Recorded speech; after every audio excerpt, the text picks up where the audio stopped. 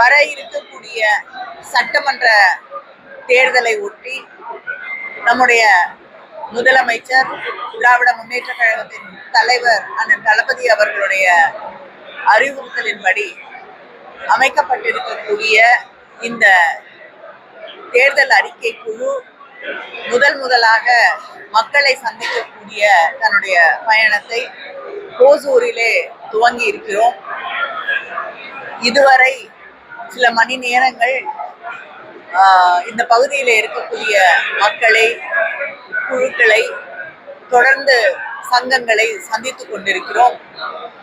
நூற்றுக்கணக்கான மனுக்கள், கோரிக்கைகள், கருத்துக்கள் எங்களிடம் தெரிவிக்கப்பட்டிருக்கிறது.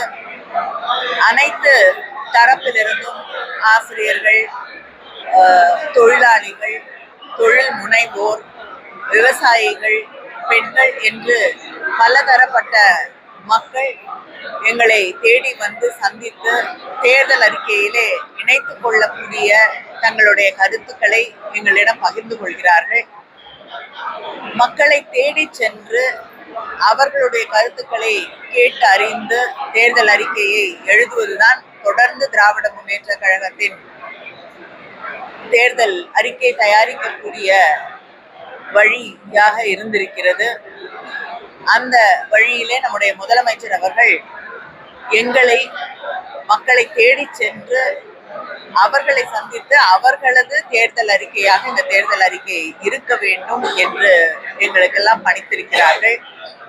அது மட்டும் இல்லாமல் உங்கள் கனவை சொல்லுங்கள் என்ற ஒரு திட்டத்தையும் சமீபத்திலே நம்முடைய முதலமைச்சர் அவர்கள் அறிமுகப்படுத்தி இருக்கிறார்கள். அதே நேரத்திலே தமிழ்நாட்டு முன்னேற்றத்திற்காக நம்முடைய அடையாளங்களை எல்லாம் மதிக்கக்கூடிய, பாதுகாக்கக்கூடிய, உரிமைகளுக்காக பேசக்கூடிய ஒரு தேர்தல் அறிக்கையாகவும் அது நிச்சயமாக இருக்கும்.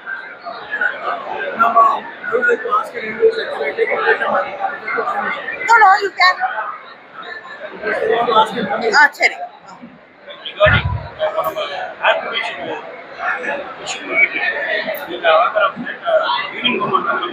ஆமாங்க. இல்லைங்க, நிச்சயமாக தொடர்ந்து அதற்காக அதை வலியுறுத்துவோம்.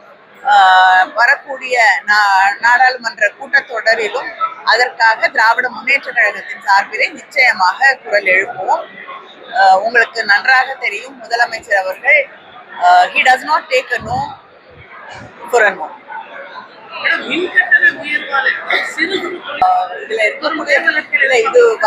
இதுல இருக்கக்கூடிய பல பிரச்சனைகள் அங்க இருக்கக்கூடிய தொழில் முனைவோர்களுக்கு நல்லா தெரியும். அது எங்க இருந்து தொடங்கியது அப்படின்னு.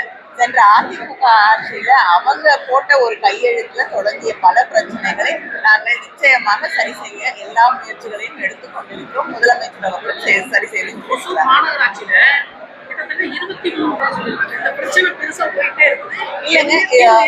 முதல்வர் கவனத்திற்கு எடுத்து செல்லப்பட்டிருக்கிறது. விரைவிலே உங்களுக்கு ஒரு தீர்வு. யூசுவலா எங்களுடைய தேர்தல் அறிக்கை வெளிவரத்துக்காக காத்திருப்பாங்க. இந்த பலமுறை அது ஜெராக்ஸ் காப்பியா இருக்குன்னு எல்லாரும் சொல்ல ஆரம்பிச்ச உடனே முன்கூட்டியே பிரியம் பண்ணலாம்னு சொல்லிட்டு ஒரு சில விஷயங்களை சொல்லியிருக்காங்க. அதுல பெண்களுக்காக 2 சக்கர வாகனம் கொடுக்குறேன்னு சொன்னாங்க. அவங்களுக்கு நினைவு இருக்கா இல்லையான்னு எனக்கு தெரியல. நான் நினைவுபடுத்த விரும்புகிறேன். அவங்க ஆட்சி காலத்துல இருந்த பொழுது 2018 அறிவித்து அப்புறம் அவங்க கிடப்புல போட்ட பிரதமரையே அழைத்து வந்து லான்ச் பண்ண ஒரு திட்டம் தான் அது.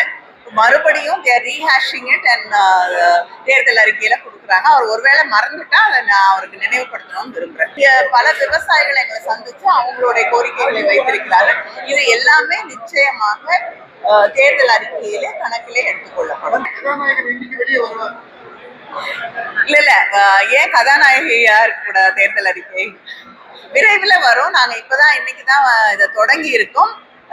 இன்னும் நிறைய மாவட்டங்களுக்கு சென்று மக்களை சந்திக்க வேண்டியிருக்கிறது. நிச்சயமாக விரைவிலே தெரியும்.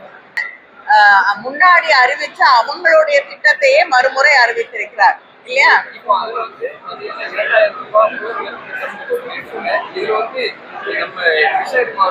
இல்ல, எங்களுடைய முதலமைச்சர் அந்த தளபதி அவர்கள் மகளிர் உரிமை திட்டம் அப்படின்னு சொல்லியிருக்காங்க.